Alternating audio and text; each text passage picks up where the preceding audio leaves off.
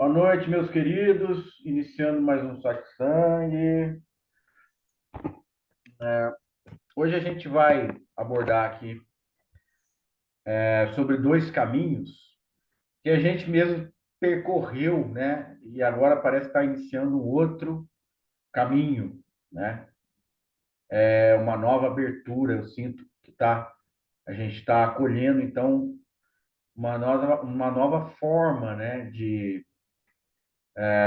sentir, uma nova forma de sentir essa espiritualidade, essa transcendência, né? Essa nossa relação com o aquilo que é inconcebível, que nos ultrapassa, mas também que está em nós, né? Quando a gente fala assim, parece que é algo fora da gente, né? Aquilo que é inconcebível, mas também que está em nós, parece uma coisa. Então, a palavra, a gente usar a linguagem, fica difícil também em relação a esses assuntos, né? Mas a gente vai aqui então começar a fazer uma, né, tentando fazer um aprofundamento, né, sobre essa nossa relação, né? Então, inicialmente a gente tem que buscar uma compreensão da nossa relação com o outro, né? E os costumes, né, os nossos costumes de pouco tempo atrás. Então, pouco tempo atrás, quando a gente era criança, não muito pouco tempo, mas algum tempo atrás, quando a gente era criança, acho que até hoje, né, a Valéria deve ter lá em Diamantina, né? Aquela roda de conversa, uma roda de conversa à noite na calçada, né? Aquele grupo de amigos, geralmente pessoas mais velhas, aí as crianças ficavam em torno. Então, era uma realidade, né? Mais lenta, né? A conversa mais pausada, mais lenta. Aí depois até começar a dar aquele sono, né? Ou dentro da família ali comendo aquela pipoca, ou em torno da mesa do café, né? Principalmente o lado mineiro tem isso, né? A gente também, mas isso é mais. Então, isso traduz uma convivência, né? De uma revelação e de um afeto mais de proximidade com esse outro, né? Então é mais comum, mais fácil a gente ter esse prazer, né? Ter esse deleite da convivência com o outro. Um tempo depois, isso foi de alguma forma atrapalhado, né? Ou substituído pela televisão. Então, aqueles personagens, filmes, novelas que a gente começava, né, que a gente assistia ou assiste até hoje, a gente começa a ter uma relação com essas pessoas que é uma relação de via única, de mão única. Porque, diferentemente daqueles outros com que a gente travava a nossa comunicação, né, o nosso convívio, aqueles da televisão não nos viam, né? Não nos reconheciam, não tinham contato conosco. Então já mudou, né? Já houve uma modificação na relação, né? E aí a gente julga que a gente conhecia aquela pessoa, a gente passa a admirar e a gente acha que aquela pessoa é do nosso convívio. Então, por exemplo, se você vê um artista que você vê na televisão, na rua, você quer se aproximar do artista achando que ele é conhecido seu, que ele é uma pessoa íntima sua, que essa pessoa sabe dos seus problemas, porque ela vive um problema parecido, né? No personagem da televisão, das novelas, etc. Então, isso aí pode explicar um pouco dessa atração, né, dos fãs por esses ídolos, né? Essa busca de reconhecimento, né? Só que isso já ficou algo totalmente falso, né? Então não é uma relação verdadeira, é uma relação imaginada. Essa pessoa que está ali aparecendo na televisão não te conhece, não sabe da sua existência, mas você sabe da existência deles. Então houve uma mudança, né? E aí quando a coisa vai evoluindo para a internet, agora para esse aparelho celular, vai notando que durante esse processo vai havendo uma individualização crescente. Você começa a se desligar da ideia de grupo. Você não tem mais aquelas pessoas que você convive, não tem o convívio presencial, né? Inclusive agora nós estamos sentindo isso, né? Nesse momento a gente se conhece, a gente gosta, se gosta, mas a gente não teve esse convívio presencial, essa apresentação presencial. Mas nós nos reconhecemos, né? Agora mudou, essa parte ficou boa, né? Não, não é uma pessoa falando para o nada, são pessoas se comunicando, né? Então existe a via de mão dupla, isso é muito bom. Mas isso aqui no satsang a gente acontece, mas a maioria das vezes, né, como a gente presencia, a pessoa está num aparelho celular vendo coisas, vendo pequenos vídeos, variedades, ou seja, entretenimento. E o que que o entretenimento está fazendo? Ele está diminuindo a convivência presencial, a convivência humana, né? O calor humano, o gesto espontâneo humano, né? O riso, enfim, né? Isso vai, logicamente, fortalecendo a ideia de isolamento,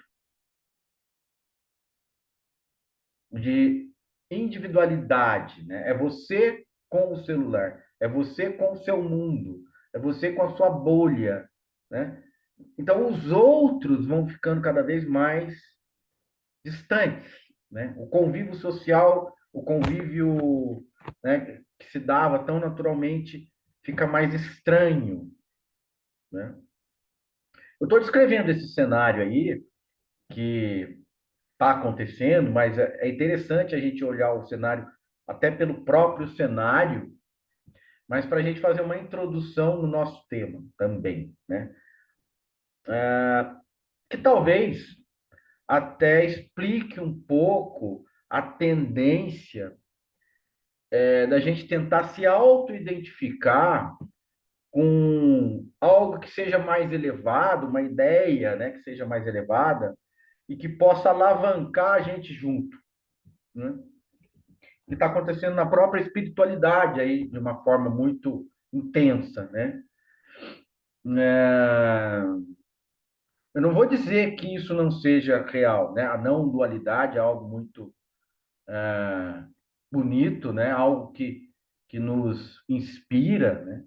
Mas existe também um perigo, né? Um risco na não dualidade, na forma de conceber essa não dualidade. E aí eu vou falar então da não dualidade, né? No sentido de você se tomar por algo, né? Que no caso seria consciência, né? Ou presença, etc. Que, na minha visão, não deixa de ser uma projeção, né? A gente entende, ou os mestres dizem, né? Que essa consciência perdura. Então, é uma forma da gente fugir da impermanência. É uma forma da gente continuar existindo depois da morte, né? Que é uma aspiração humana muito antiga, né? A gente sempre não aceitou essa finitude. A gente não sabe lidar muito bem com essa finitude. Então, a nossa tendência é querer se atrelar em algo que continue. E uma opção boa, né, porque ela assim, abarca uma realidade inteira, ela não está só numa uma forma humana, né, ela não é só um clone humano mais sutil, né, que seria a alma ou espírito, né? Ela não é o clone do corpo mais sutil, mas ela é algo que abarca uma realidade, né? A pura consciência, a presença é algo sem forma, mas que pode ser traduzida como a própria realidade, né?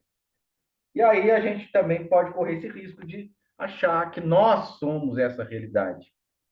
Então é até uma promoção, né? Você tem uma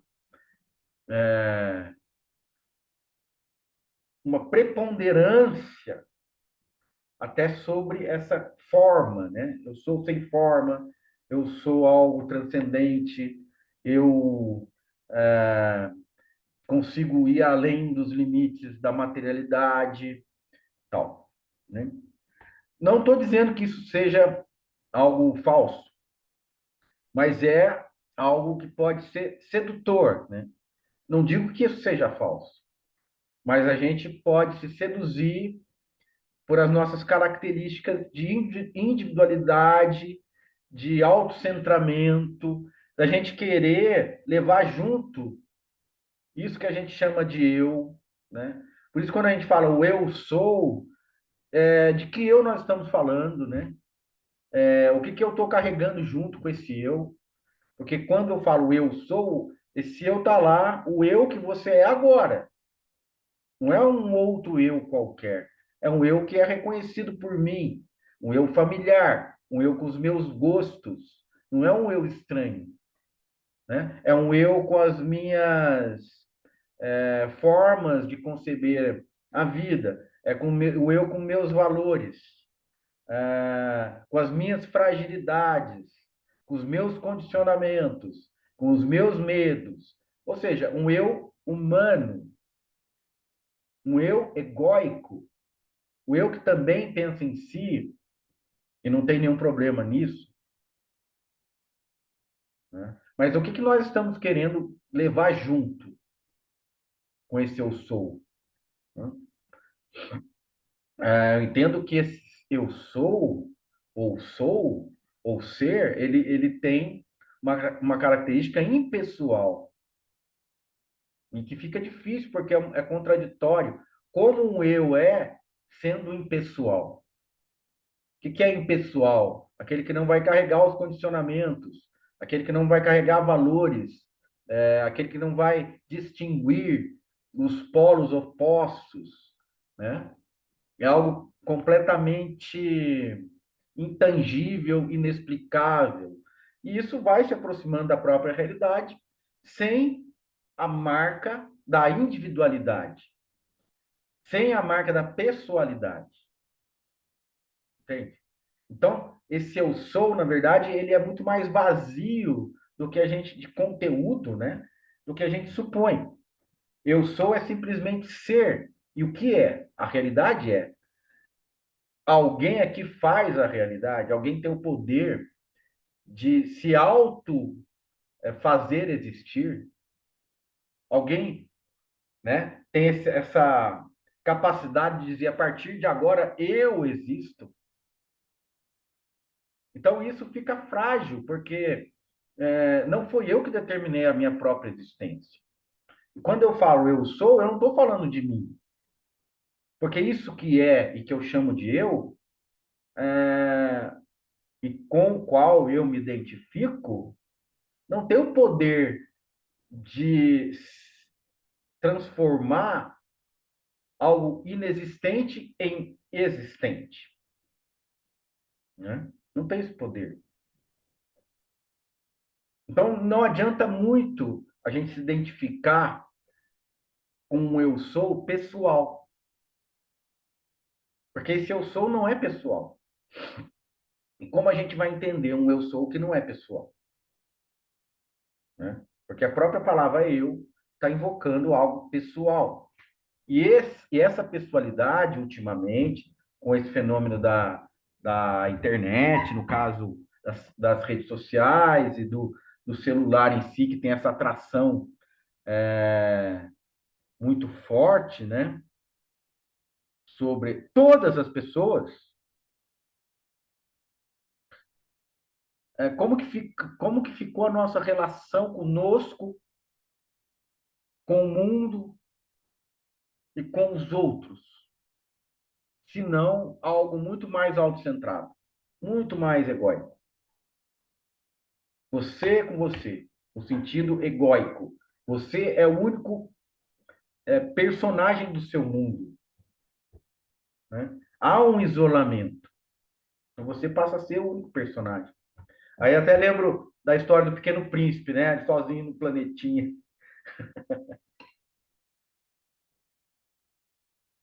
E quando a gente vai, então, falar sobre Bhakti, fica muito mais difícil.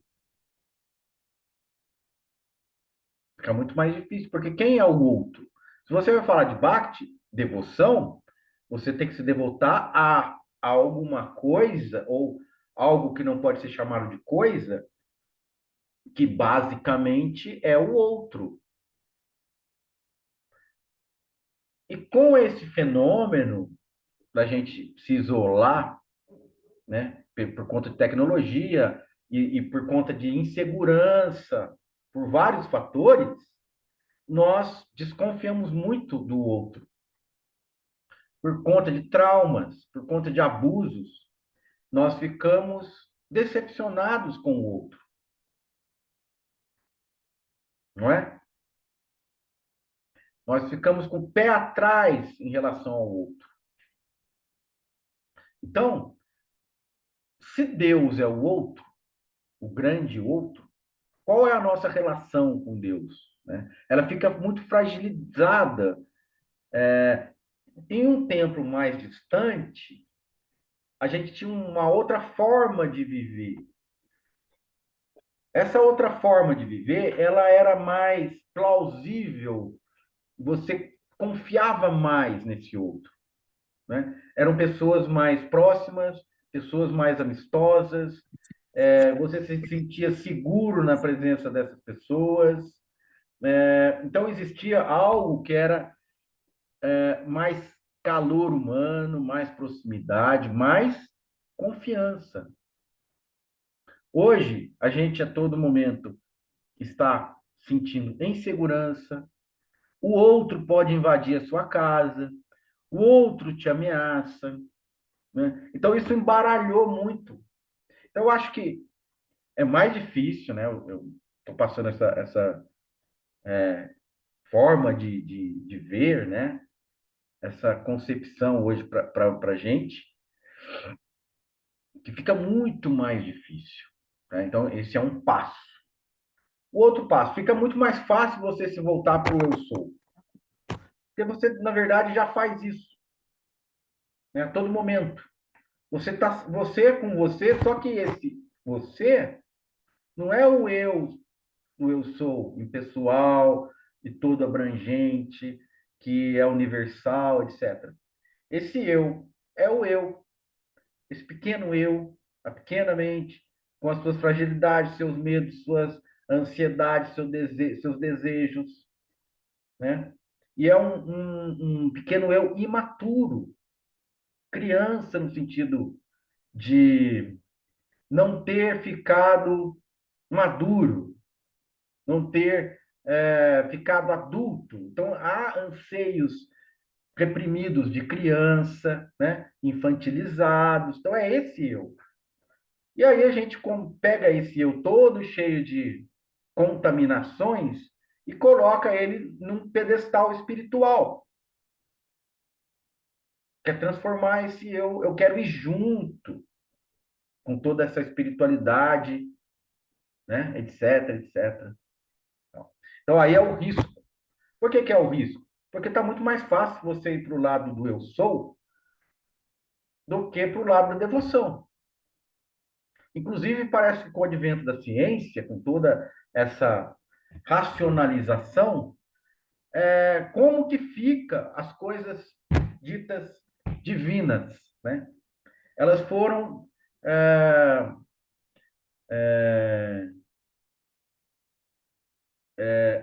relegadas a segundo plano. Pessoas que são menos eruditas, pessoas mais superficiais, né? Que acreditam em superstição, que tem uma ideia mais assim infantilizada, né? Aí essa ideia desse Deus, ela é mais factível, né? Então, eu estou fazendo esse cenário para a gente tentar aprofundar, né?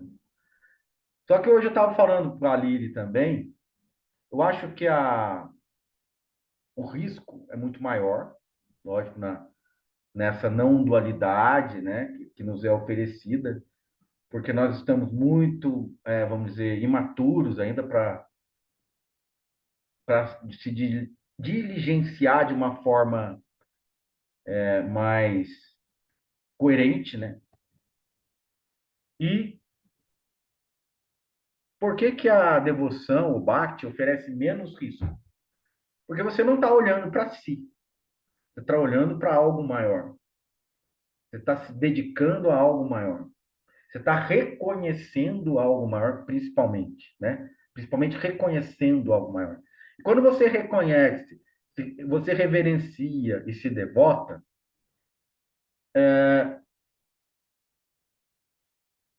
possivelmente surge um sentimento de humildade. Possivelmente, né? Você vai, então, reconhecer esse algo maior como algo doador da sua vida. Não é você mesmo que tem esse poder de se auto, de determinar a sua existência, né? A sua autoexistência. Porque, por exemplo, aquele que diz somos consciência, ele, ele se apropria de algo que não foi ele que causou, que deu causa, né?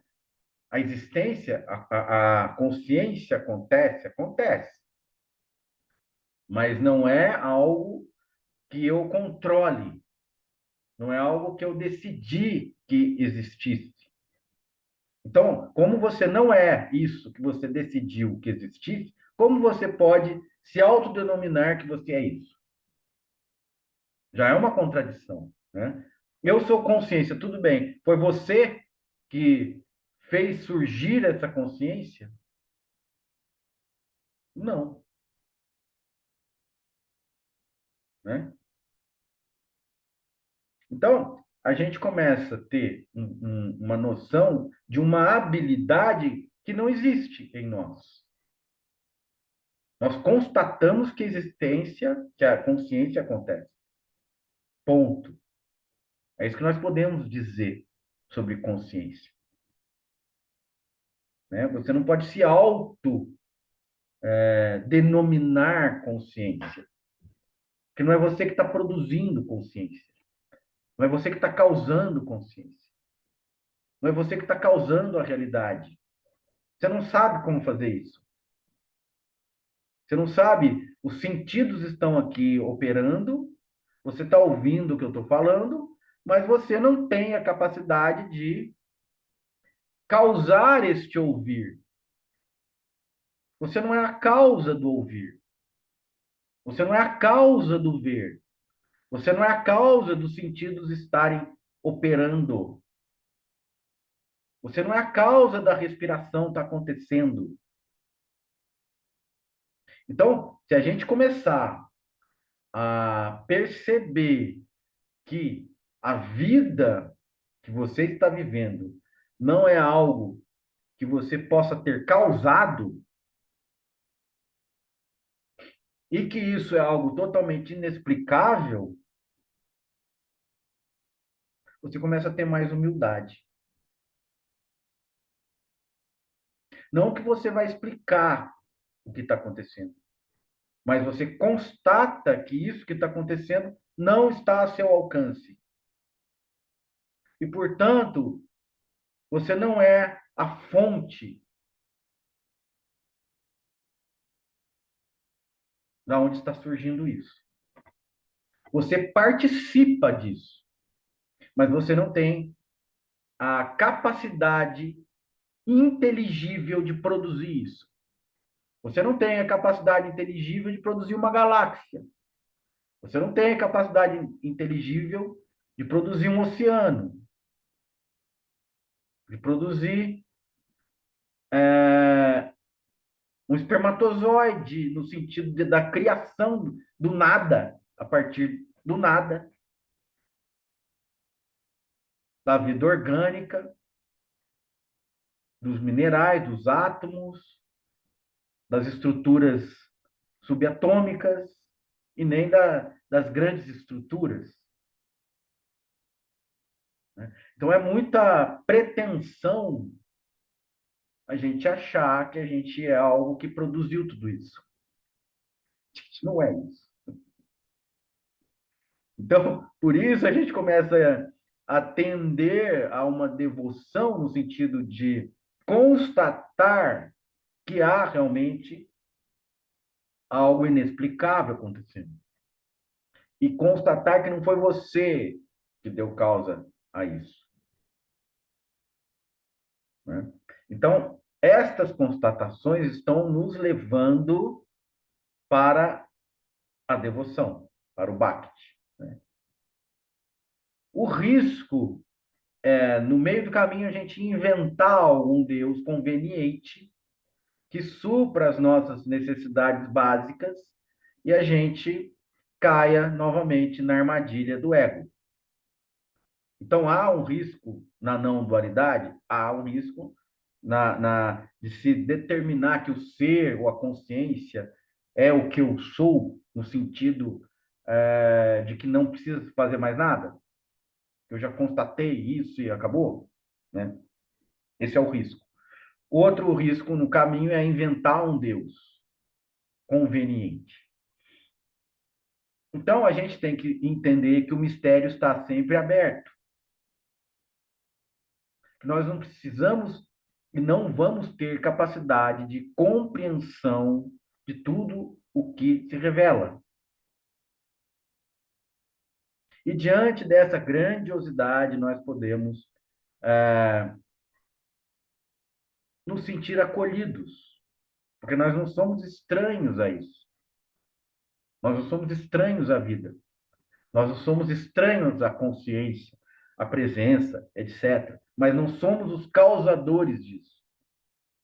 Nós não temos poder, e sabemos disso, para realizar a realidade, a manifestação.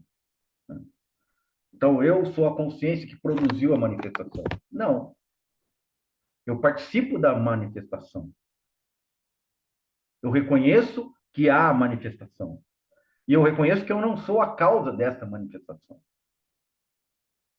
Reconheço que há uma realidade da qual faço parte. Reconheço que não sou também um eu, porque um eu é uma ideia. E reconheço que o que eu sou não pode ser descrito, não pode ser concebível. O que eu sou é um grande mistério. O que também é, no sentido de causar todas as coisas universalmente, é um mistério ainda maior. Então, isso é uma abertura, é um reconhecimento de que não há como limitar, definir o que acontece.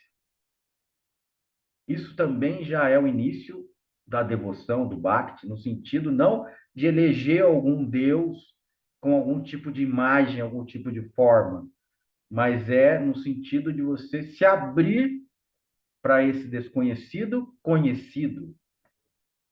Por que eu digo desconhecido conhecido? Porque é conhecido, mas ao mesmo tempo é desconhecido. Ele é cognoscível até certo ponto, incognoscível a partir de certo ponto. Então, as descrições vão ficando limitadas diante disso. E aí, o que que isso causa? Nós vamos percebendo que nós não conseguimos definir o que seja isso. E, portanto, a gente vai na prática, na experiência direta, constatando a grandiosidade disso. Isso que é ilimitado, a gente vai fazendo. Eu não consigo dizer, mas é. Como a gente falou no satsang, eu não sei, eu não sei. Eu não sei, eu não sei, mas é, né? Então, é esse tipo de afirmação, ele vai abrindo o seu peito, ele vai abrindo o seu ser para essa realidade transcendente, esta realidade transcendente. Então, isso começa a ser um tipo de contemplação, né? Daí você vai entrar nesse silêncio que o Dória está falando, né? Você vai começar a ver que essa fala não vai levar em lugar nenhum, né? Que essas palavras não vão trazer para você esse esclarecimento. Então você começa a desistir, né? E quando você começa a desistir, você começa a se render, começa primeiro a constatar essa realidade universal, ilimitada, inteligente, protetora, acolhedora, né? E começa então a se render a isso. Constata e se rende. Constata, se rende.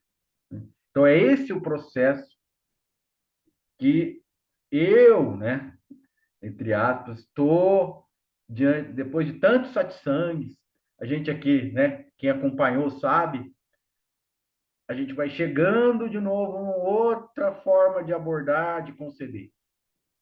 A gente já tem falando muito de não dualidade, já tem falando muito de Nisargadatta, que é um realizado, não estou colocando dúvida aqui, porque é um caminho autêntico, né? Só que um caminho autêntico, mas um caminho difícil, principalmente para ocidentais, né? Principalmente para gente que tem essa cabeça de enrosco nas coisas, do eu, né? Se enroscar muito no eu. Por isso que eu acho um caminho mais difícil. Não que não seja realizável, é difícil, né?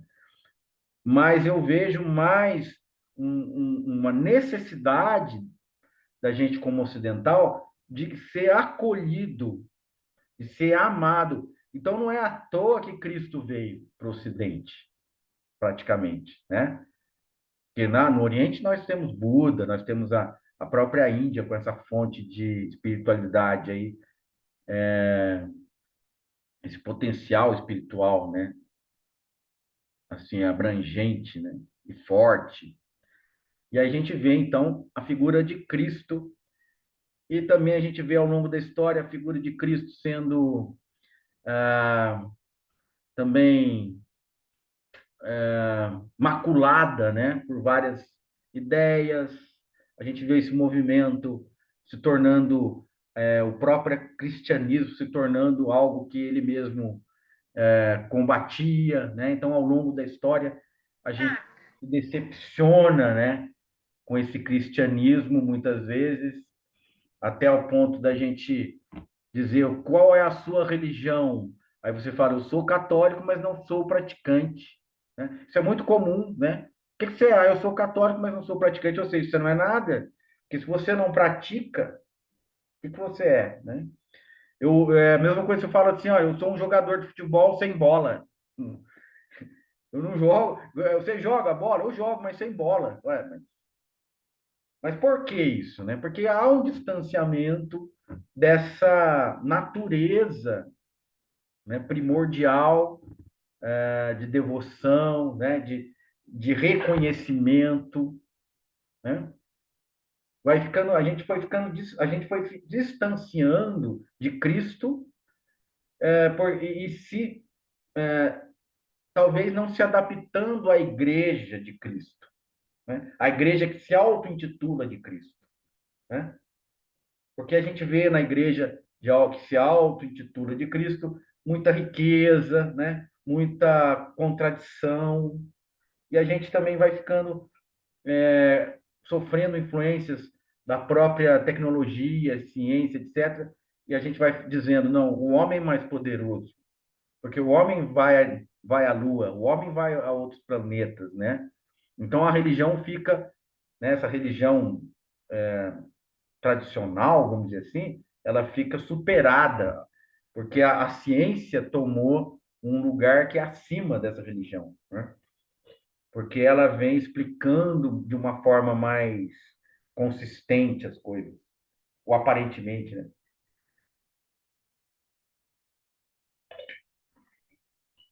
Mas veja, a gente foi ali e caiu esse livro, né, que a gente falou do último Satsang, que traz uma forma de abordar que é devocional também, e não deixa de ser também é, uma forma de gnose, né, de conhecimento, porque há uma necessidade de se entender o que está sendo sentido, realizado, para depois você também conseguir sentir, né? E eu queria passar, então, primeiro, essa abordagem sobre o silêncio, né?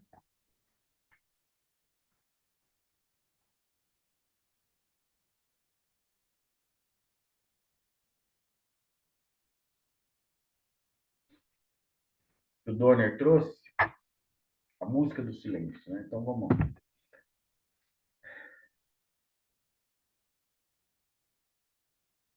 A lógica de Dionísio, ou sua inteligência contemplativa, pretende pôr fim a qualquer dialética. O que é isso, né? A busca de conhecimento através da troca de palavras, através do diálogo, né? Então ele vem trazendo que o diálogo, como a gente está fazendo aqui, né, hoje, no satsang, né, as falas, elas têm o limite, né, que é o limite da fala, é o silêncio, né? Mas não é um silêncio qualquer, não é um silêncio qualquer. Então nós vamos trazer isso aqui. Então essa contemplação proposta por esse que é o padre considerado os pais, né, do cristianismo, os primeiros pregadores cristãos,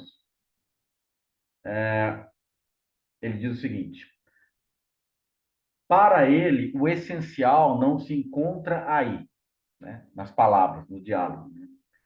E aí ele diz: Deus não está nas palavras. O objetivo da fala é conduzir-nos além de si mesma para um silêncio saturado de presença. Olha isso, olha isso. Deus não está nas palavras. O objetivo da fala é conduzir-nos além de si mesma, além da própria fala, para um silêncio saturado de presença. O que quer dizer isso? Saturado de reconhecimento, saturado de não necessidade de explicações, pleno por si mesmo, um silêncio saturado de presença, né?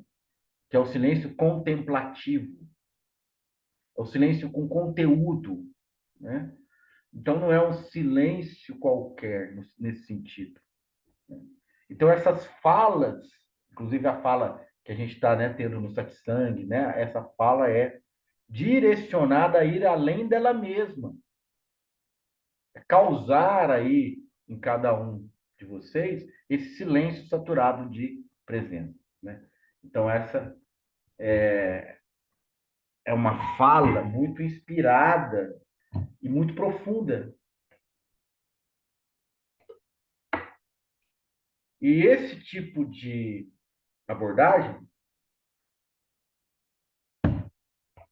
que é o esgotamento da dialética, Dionísio, né, que é esse padre, né, no sentido de pai do cristianismo, né, ele traz essa fala desafiadora que está conduzindo para o silêncio saturado de presença. Tá? Ele acumula os superlativos, as palavras e os nomes mais contrários e contraditórios para nos forçar a passarmos além do pensamento, além do ser e do não ser, alcançando assim o repouso vigilante daquele que, em vez de estar extinto, se encontra desperto silenciosamente em Deus. Olha isso, a profundidade disso. E agora eu vou falar para vocês, né? Eu vou passar para vocês isto. Elevando-se mais alto, dizemos agora que essa causa universal não é alma, nem inteligência, não possui imaginação, nem opinião, nem razão, nem inteligência, de novo. Não pode exprimir-se, nem conceber, nem tem número, nem ordem, nem grandeza, nem pequenez, nem igualdade, nem desigualdade, nem similitude, nem dissimilitude. Não permanece imóvel, nem se move. Não se mantém calma, nem possui energia. Não é força, nem luz, não é vida, nem morte. Não é essência, nem perpetuidade, nem tempo. Não pode ser apreendida intelectualmente. Não é ciência, nem verdade, nem realeza, nem sabedoria. Nenhum, nem unidade, nem deidade, nem bem, nem espírito, no sentido em que podemos entendê-lo, nem filiação, nem paternidade, nem nada do que é acessível ao nosso conhecimento, nem ao conhecimento de qualquer ser. Nada é do que pertence ao não ser. Tampouco nada do que pertence ao ser. Ninguém a conhece tal como é. Tampouco ela mesma conhece alguém enquanto ser. Escapa a qualquer raciocínio, a qualquer denominação, a qualquer saber.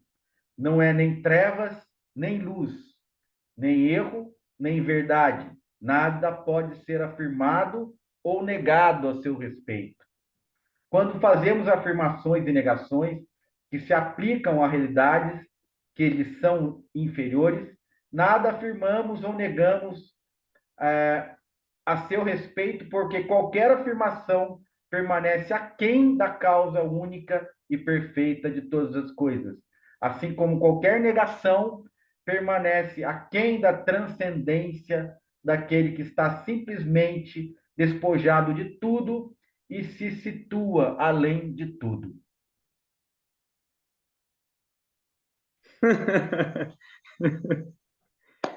Nem tente, nem tente, nem tente. Né? Isso tem assim uma correlação com o Bhagavad Gita, né? Também, quando Krishna começa a descrever ele mesmo, né? Que é indescritível, né? Então a gente vai se rendendo. Então olha bem, como que você vai querer entender? Não tem. Ele vai ele vai descortinando o nível do absoluto, que também é indescortinável, o nível do absoluto, né? Então, não nenhuma palavra consegue definir, Nada não é ser, não é não ser, não é treva, não é luz. Está além, está além, né? Então, veja que, assim, ah, ah, não é de ficar embasbacado.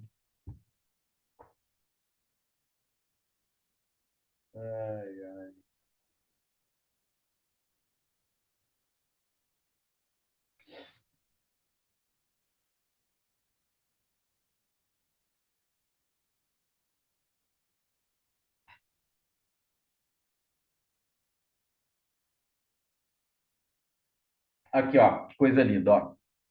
O homem permanecerá infeliz e insatisfeito enquanto não tiver aceito que é a própria natureza do objeto de seu desejo, que faz com que ele lhe escape sempre. Não pode ter Deus. Ele não é um objeto, uma coisa que pudesse ser possuída. Amá-lo, olha que coisa linda.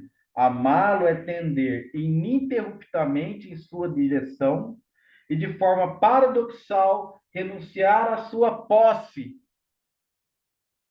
renunciar ao desejo de possuí-lo. Não estará aí o caráter do próprio amor, que nunca reduz o outro aos objetos de seu conhecimento, seja este sensível, afetivo ou inteligível, que nunca o reduz ao mesmo ou a si.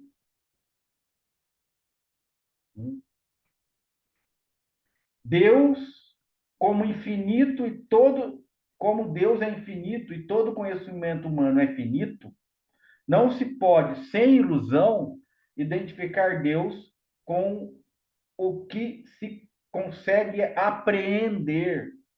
Ele está sempre além. O homem é infinito apenas em seu desejo. Olha que maravilha. O homem é infinito apenas em seu desejo. Além disso, ao conservar-se no infinito desse desejo, no infinito desse mesmo desejo, o homem se aproxima do Deus infinito. O conhecimento de Deus consiste em progredir incessantemente em sua direção. A fonte de água viva tanto sacia quanto dá sede. Tanto sacia quanto dá sede.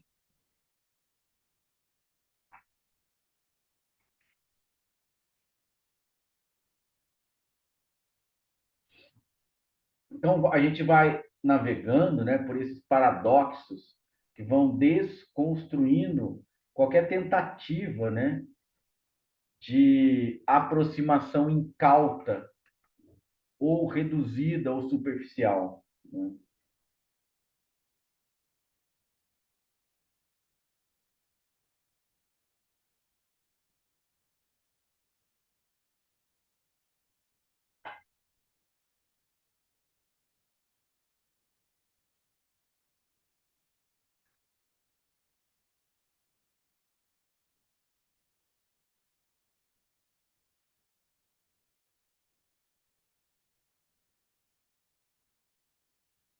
Agora vamos chegar na liberdade que o Donner falou aqui.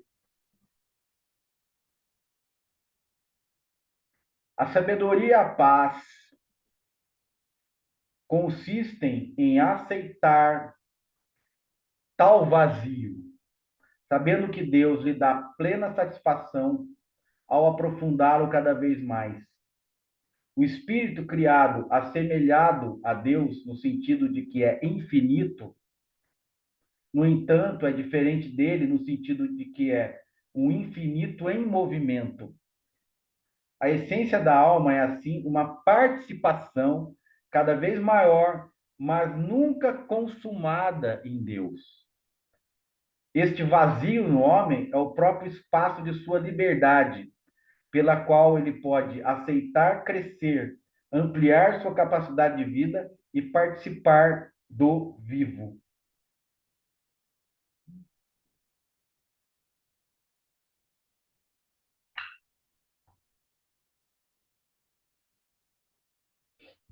Então é como se você estivesse caindo incessantemente em direção a Deus sem nunca atingi-lo. Hum. Então, isso se assemelha a um abismo. Mas quando você está se despojando, se entregando, se rendendo na queda, durante a queda, você passa a ter certeza de que você não será atingido e que cada vez mais a sua essência se torna mais visível, concreta e real, como também partícipe dessa universalidade, dessa inteligência, né? Disso algo totalmente abrangente que não pode ser abrangido. Né? Então aí nasce um sentido de segurança. Apesar de você estar em queda ali, você está seguro. Nasce um sentimento de segurança, nasce um sentimento de confiança, sobretudo. Confiança. Essa segurança eu diria que é uma confiança nesse amor que é retribuído, nesse amor que você tem e que é retribuído, né? No sentido de todo esse mistério, também há também aí um afeto, um acolhimento muito grande, um reconhecimento de si mesmo como algo amado, acolhido e também totalmente preservado, vamos dizer assim, né? O medo da morte, o medo da aniquilação desaparece diante da confiança em que você começa a depositar naquilo que é inconcebível, mas é da tua intimidade, da tua total intimidade, da tua total confiança, né? Então é esse abismo que você sempre, incessantemente, cai, cai e nunca atinge o seu fim, né?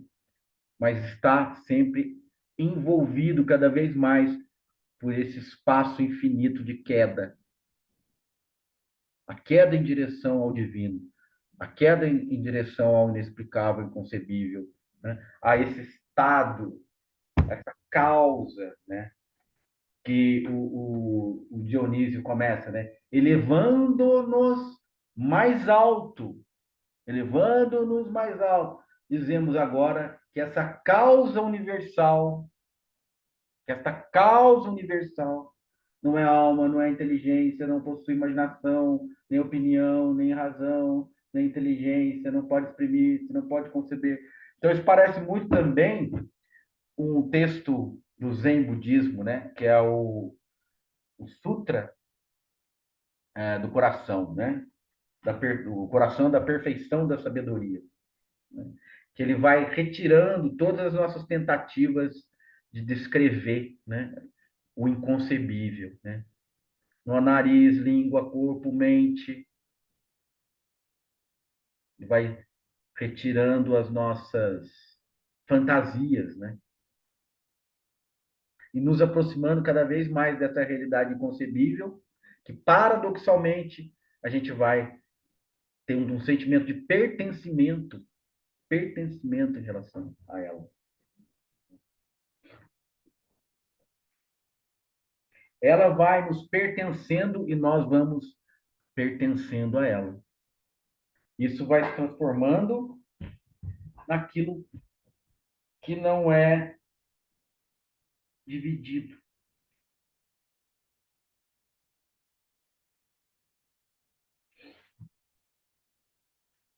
aquilo que não pode ser dividido. Então, gente, é isso, basicamente,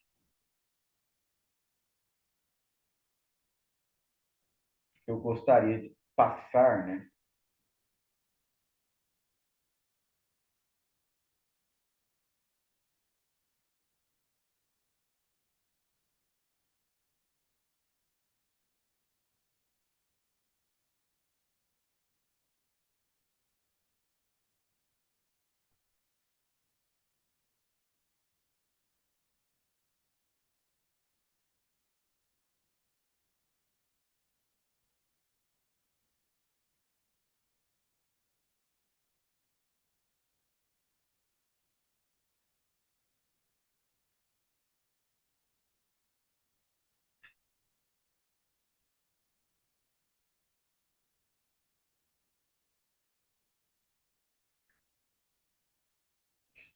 E aí, gente?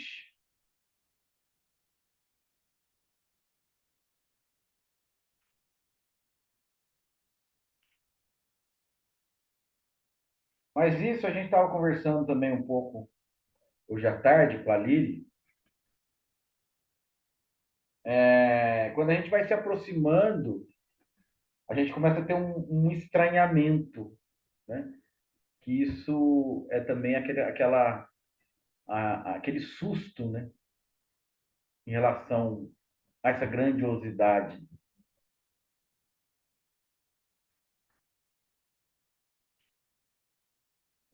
Então a gente se agita, a gente fica assim,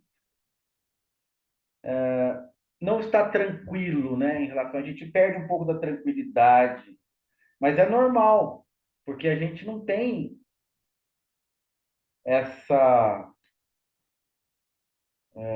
esse costume, né? Com esse contato tão grandioso, né? Como o próprio Arjuna, né? Quando começa a ver a presença transcendental de Krishna, né? Me mostre na sua presença transcendental.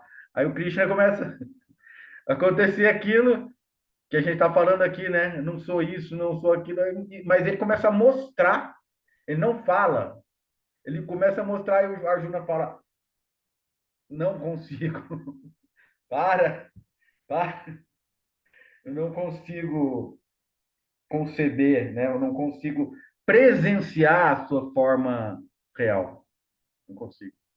Né? Então é esse estranhamento.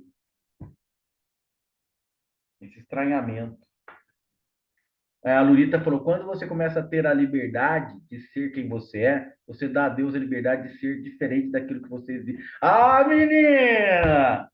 Tá inspirada faz tempo, hein? Que coisa linda! Põe no grupo para nós. Grava aí, porque senão desaparece. A gente passa a não ter exigências acerca da realidade, né? Porque a gente começa a conceber que nós não somos os detentores do poder de causar essa realidade. Infelizmente, né? A gente cai naquele pedestal que a gente achou que a gente estava. Ou felizmente, né? Infelizmente, entre aspas. Ai, ai, coisa linda.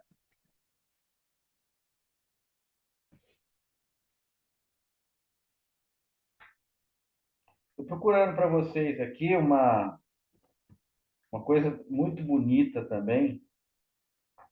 Quer dizer, tudo isso é muito bonito, né? Não tem como.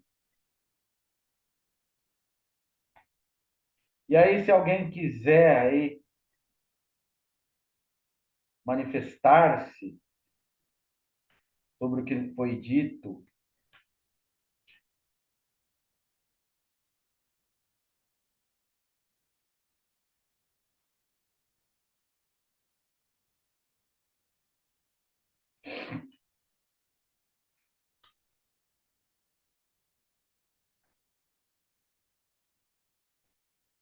e aí, vamos lá. A verdade é dura, não é para todos, e só levantamos um pedacinho do véu. Ah, Netão! Meu querido. A verdade é desconcertante, né? Então, isso que a gente está chamando de estranhamento, seja esse sentimento, né? Que a gente fica desconcertado. Você não sabe que tipo de emoção é essa. Você não sabe definir. É medo, é estranhamento. Mas depois a gente vai se reconhecendo nessa grandiosidade, né? A gente vai sentindo que nós não somos estranhos a isso. Isso não é alheio a gente. Isso é muito da nossa intimidade, está muito em nós, apesar de estar em tudo, nessa universalidade, né? Ser isso que a gente não sabe definir, que talvez também no CH Data, quando fala eu sou aquilo, é isso que ele está falando, né? Esse aquilo que não tem como dizer nada sobre esse aquilo, né? Então, mas aí você começa a sentir, né? Cada vez que a gente se expõe a essa narrativa, né? A essa egrégora que começa a se formar, e começa a surgir, né? Quando a gente se reúne, a gente vai. Isso, Lili, do nosso pertencimento, né? Esse Deus Senhor, né? Nosso Deus, que é do nosso pertencimento. Então a gente começa a se ver também como esse coletivo. Vê que bonito. É do nosso pertencimento, não é do meu pertencimento. É do nosso. Então aí está esse compartilhamento, né? Aí está essa comunhão, que nós não somos eu e ele, né? Somos nós e ele. Nós todos. Então isso é um reconhecimento grande, né? Me encontro melhor, né? Me encontro melhor aqui que em qualquer grupo que fale sobre isso, mas com barreiras religiosas, verdade, seria a doutrina, né? Mas a primeira vez que participei e saí mal, passei um tempo sem vir. Porque desconstrói, né? A gente fica meio. É aquilo que que a gente está falando, né? Desconcerta, né? E fica meio. Pega de surpresa, né? E é bom quando é assim, né? É bom quando a gente é atingido no alvo. Bonito, né? Muito bonito, muito bonito.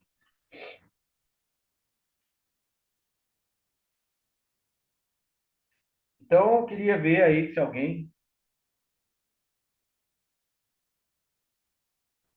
quer trazer mais alguma.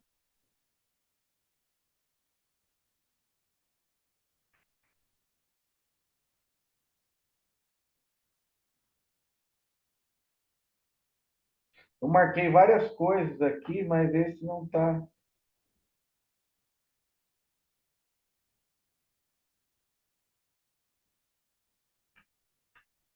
Ah,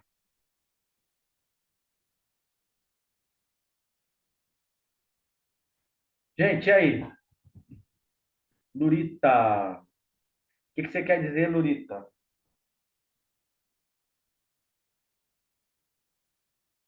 Maurício, eu estou num processo tanto assim de desconstrução. Que o silêncio é melhor, né? É, Que bom, né? muito bom.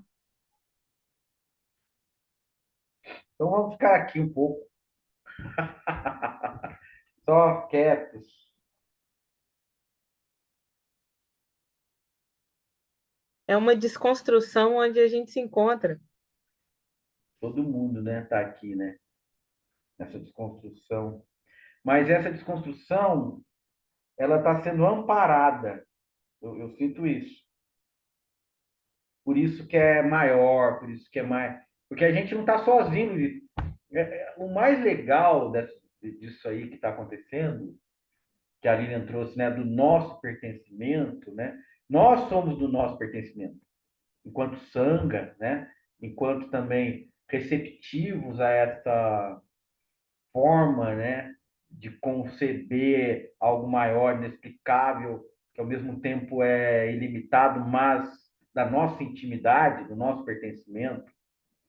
Isso traz uma sensação de acolhimento, de confiança. Você sabe que você pode contar com isso, né? Então aí eu lembrei também hoje, quando eu estava pensando no satsang, daquela mulher, né, que tocou as vestes de Cristo, né? E ela tinha lá fluxo de sangue, né? Senhor, eu tenho fluxo de sangue há quantos meses, mas eu sei que se eu tocar a sua túnica, eu sei que eu vou me curar, né? E aí ele fala, filha, né? A tua fé te curou. Então é disso que se trata. É disso que se trata, né? Essa confiança te cura. Independente de qualquer consequência. Aconteça o que acontecer.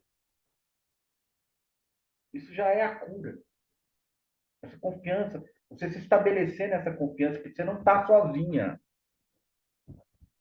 já é a cura. Porque o grande problema nosso é a sensação de desamparo que, de repente, algumas vertentes religiosas estão trazendo, espirituais que seja, né? Eu sou a consciência, pô, eu me viro sozinho, eu posso contar com quem comigo? Não posso contar mais com ninguém?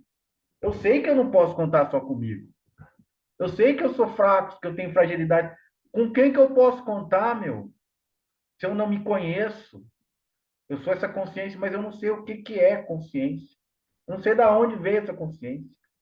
Eu não sei se essa consciência vai perdurar ou não. Então, isso, na verdade, não serve, não está te amparando.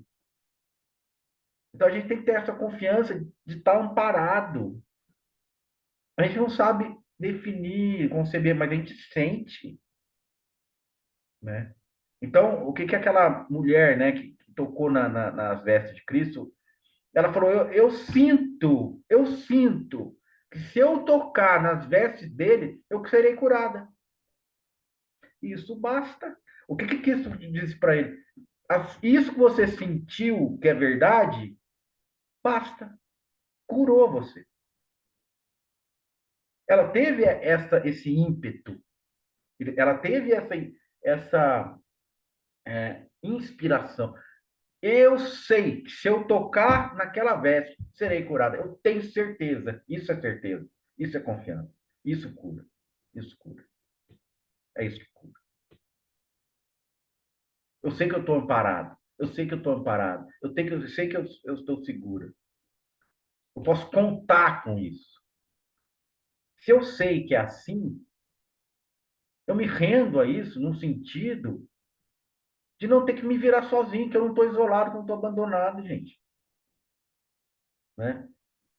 Que eu acho que o discurso que tem por aí dessa coisa de consciência, consciência, consciência, deixa a pessoa isolada. Deixa a pessoa, tipo assim, a Deus dará. Deus dará, né? É um trocadilho, né? Mas Deus dá, né? Se você for confiar, tiver confiança, Deus vai dar, né?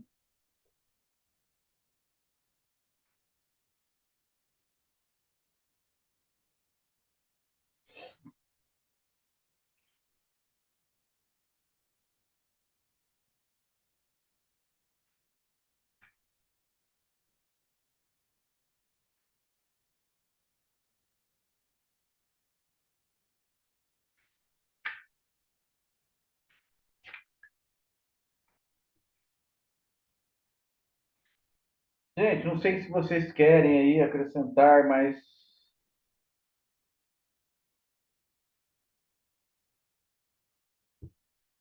ó, gente, eu estou procurando aqui, mas não achei também. Maurício, Fala, meu filho, dono. vontade de fazer alguma coisa engraçada aqui. Não sei se vai dar certo. Ih, rapaz, cuidado, hein?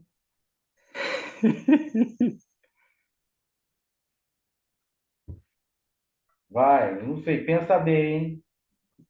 Tava olhando para essa garrafa aqui, eu acho que é por aí mesmo. Por aí o quê?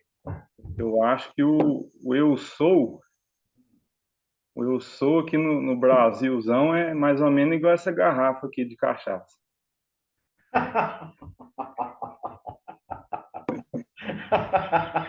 Todo dia você dá umas goladas, Por quê, ô, meu filho?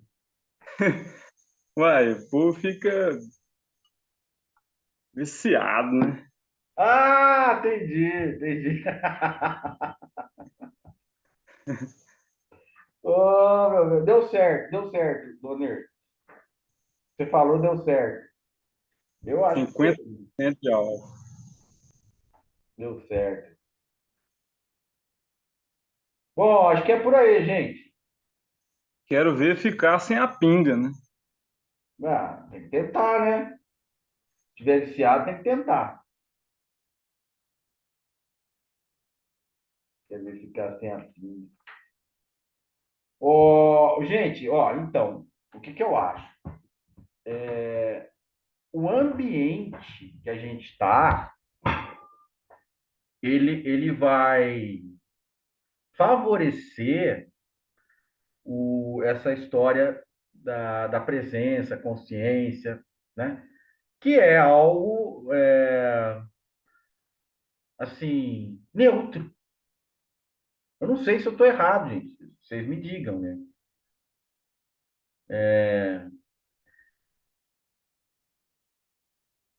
Algo neutro nesse sentido de não interferir, né? Algo vazio nesse sentido, né? Ô, Neto, é uma pergunta. O eu sou é o começo ou o fim? É isso, Neto?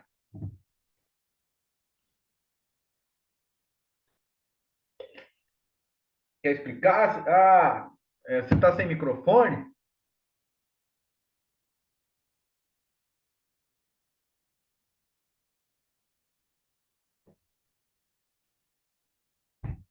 Olha, Fala, Maurício. Vou tentar falar aqui. tá falando, fala aí. Então, É assim, às vezes surge em mim uma dúvida, certo. que os iluminados, né, Hum. quando descobrem esse eu sou, realmente, alguns falam que ali se libertou, até o fim ali, é o fim. Entendi. Entendi nesse sentido, Ou né? seria o começo ou seria o começo de uma nova experiência. É, ali, o que eu vejo como um problema, né, é a tendência, principalmente aqui no Ocidente, eu acho que isso está refletindo essa tendência, justamente, né, de você achar que você só pode contar com você mesmo, que você não tem para onde correr. Então, esse negócio de dizer. Eu não estou dizendo que o eu sou seja falso, seja uma mentira, né? Até porque eu gosto muito de Nisargadatta, eu sei que esse processo do Nisargadatta, né, pelo que eu acompanhei, né, pelo que eu li sobre e tal, é autêntico, sem dúvida. Mas eu acho que esse processo do eu sou, ele é perigoso, porque a gente não está preparado psicologicamente, emocionalmente, para, vamos dizer assim, trilhar esse caminho. Porque ele dá uma sensação realmente de desamparo, né? Porque você não pode contar com ninguém a não ser com você mesmo. E você sabe que você é limitado nas suas forças. Você tem medo de várias coisas, que você tem fragilidades. Então, a tendência é até você querer reprimir ou suprimir essas fragilidades para dizer que você vai atingir essa iluminação aí. Esse que é o problema. Porque a iluminação parece que é um prêmio depois dessa corrida. E se você não ganhar esse prêmio, ferrou com você. Ferrou. Não tem saída. Você vai ficar tendo que ficar nascendo eternamente no Sansara e nunca mais, sei lá, né? É algo meio sem esperança, vamos dizer assim, né? Ou você ilumina ou você ilumina. E aí, o que que vai fazer você iluminar, né? É você mesma, você mesmo, as suas próprias forças. Então, eu acho que é complicado nesse contexto em que a gente se encontra, de muita fragilidade, de muito isolamento, né? Na minha experiência, com certeza suprimi minha personalidade e inventei, exatamente, Luiz, outra máscara tentando ser o ser, exatamente. Aí, é isso que eu quero dizer, que eu sabia que eu não era no fundo. A gente fica fazendo a afirmação, eu sou a consciência, nós somos a consciência. Grande coisa. O que resolve isso, meu? Nada, né? Agora, você no seu íntimo. Ê, menino, bonita, hein? Você no seu íntimo, se permitindo confiar nessa grandiosidade que você está presenciando, Você confiar nisso que está fazendo você respirar, que você não sabe, né? Não sabe nem como acontece. Nesse chão que você está pisando, esse ar que você está respirando, nessa água que você bebe. Então, isso tudo está sendo te dado de graça. Né? Isso já é a graça. Então, essa forma de você constatar essa situação, e você também constata que isso não é você que está fazendo sozinho. Eu sou a consciência, a presença, tá tudo bem. E se cair uma pedra, um raio na sua cabeça, o que vai acontecer com você? Ah, o corpo vai morrer. Tudo bem, mas você continua? Ah, não sei. Ué, mas se você é consciência e presença, você tem que saber. Você estava aqui antes do corpo aparecer e vai continuar depois do corpo sumir? Não sei. Então, por que adianta ser consciência e presença, gente? Ser consciência tem que saber. Eu não sei, tem que saber, Essa ué. foi.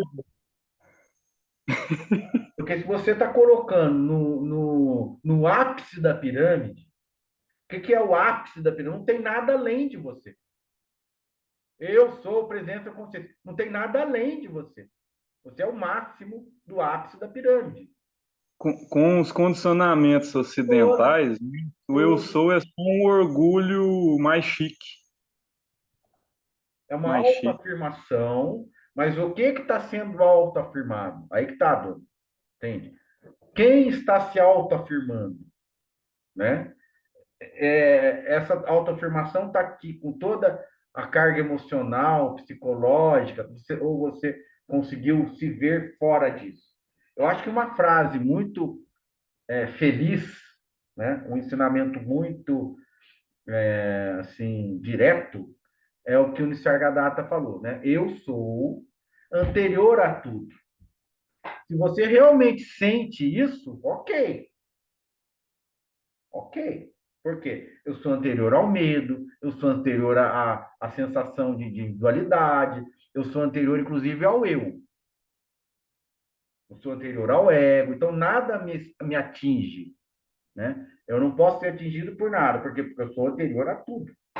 Se você se identifica com essa anterioridade, né, é algo eficaz? É, mas aí, gente, nessa conjuntura que a gente está, é difícil você se livrar desses condicionamentos, né? E também eu acho que o mais importante é o lado emocional, né? A gente tem maturidade para isso. Eu acho que a gente não tem nem maturidade para reconhecer essa causa primordial, que a gente chama de Deus, né? A gente ainda está muito assustado com o que está acontecendo. A gente está procurando um motivo, uma explicação, né? Então, um silêncio saturado de presença. Confia, confia. Acho que essa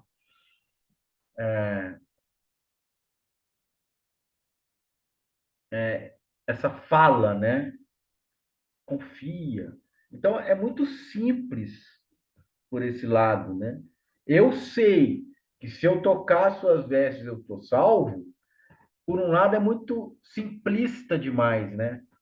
Então, a pessoa tem que ter uma mente muito simples para poder chegar nesse entendimento. Porque se a gente tem uma mente muito especializada, erudita, racional, você vai falar: eu tocar a veste dele, vou me curar só com antibiótico, só, só com tratamento, não sei de que jeito. Então, quer dizer, a nossa mente, ela é muito, exatamente, mente purificada. A nossa mente, ela é muito cheia de raciocínios, né? De razões.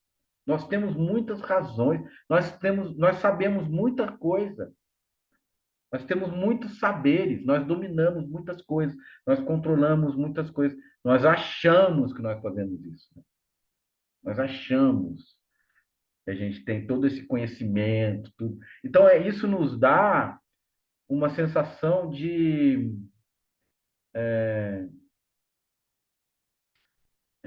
prepotência,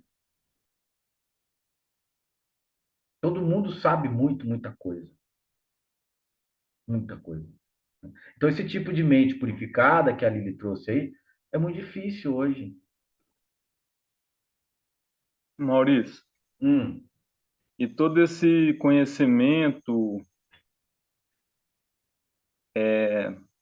continua fazendo com que as pessoas continuem pobres desse inconcebível. o fenômeno que a gente vê é um isolamento, né? Um isolamento e é uma tentativa de se entreter. Entreter. Pobres, pobres de sentir o inconcebível, né? Eu não conheço ninguém que sente isso 24 horas. Não, é. Mas você tem que ser aberto. Você tem que chegar num estado dessa abertura. Permanecer no estado dessa abertura. É o que dá para fazer, Conhecer né? isso. Eu tô sentindo isso também. É o que dá para fazer, é só isso. É só isso. É só isso mesmo. Não tem você permanecer nessa abertura. Pronto. Só tem isso. Só tem essa abertura. Não tem mais esse. Eu não sei, Fala, querido. Fala, não Luiz. sei por que vocês falam assim, só tem isso, Hum. mas para mim está sendo tão grandioso, só isso. É nóis, exatamente. Porque é uma libertação, assim, você poder ser quem você é. Exatamente. Autêntica. Na simplicidade Você está do falando de humano que você autenticidade, é. né? É. Só que na simplicidade do humano que você é grandioso. Porque enfim, pelo menos para mim, enfim, eu posso desfrutar agora com alegria dos meus 5 sentidos, da Muito. minha, do meu paladar, obrigada, obrigada, do meu paladar, da minha audição, do meu olfato. Eu posso desfrutar disso sem culpa, Opa! Ótimo! né? Porque há uma culpa em você estar materializado, em vocês, né? Em você sentir os 5 sentidos, porque se você sente isso, você não é um iluminado. Exato. É, Então, esse só, para mim, é tudo. descobrir esse só está sendo muito grandioso. O só já é tudo, né? O só é tudo. O só é uma experiência incrível. O só é uma experiência maravilhosa. É? O só já basta. O só Só já é já tudo. basta. Então, E é se eu isso ainda mesmo. e se nesse só eu posso confiar no que eu acredito ser muito, melhor ainda. Muito lindo isso. Muito lindo. E isso aí que você falou dos sentidos tem muito a ver, por exemplo, com os olhos da alma, sabe? A gente começa a ver com esses olhos da alma, né? E uma coisa muito bonita agora que eu lembrei também, né? Que Cristo, quando ele sai do sepulcro, a primeira pessoa que vê Cristo, né? É Madalena, né? Maria Madalena. E aí o Cristo olha para ela e fala: Você me vê? Olha que coisa linda, aquela coisa mais profunda, né? Veja a profundidade que está aí, ó. Você me vê? Aí a Madalena, eu te vejo. Olha isso. Ó, até arrepia aqui. Você me vê, eu te vejo. Aí, sabe o que Cristo fala? Bem-aventurada és tu que me vês sem se amedrontar, sem se perturbar. Ó. Vê sem se perturbar. Ó, ó a força.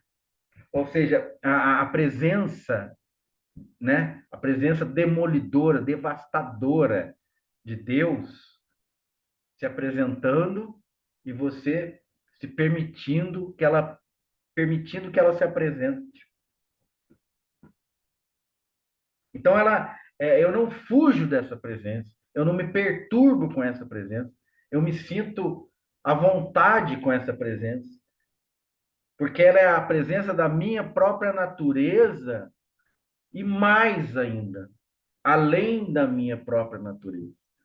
É aquilo que está me acolhendo, é aquilo que está me amparando, é aquilo em que eu confio, né? Aí tem toda a força, toda a resolução, tudo. É, e nada mais importa, né? Nada mais importa. Oh, abençoados vocês aí, obrigado por estarem juntos comigo nesta noite. Fiquem com Deus, até o próximo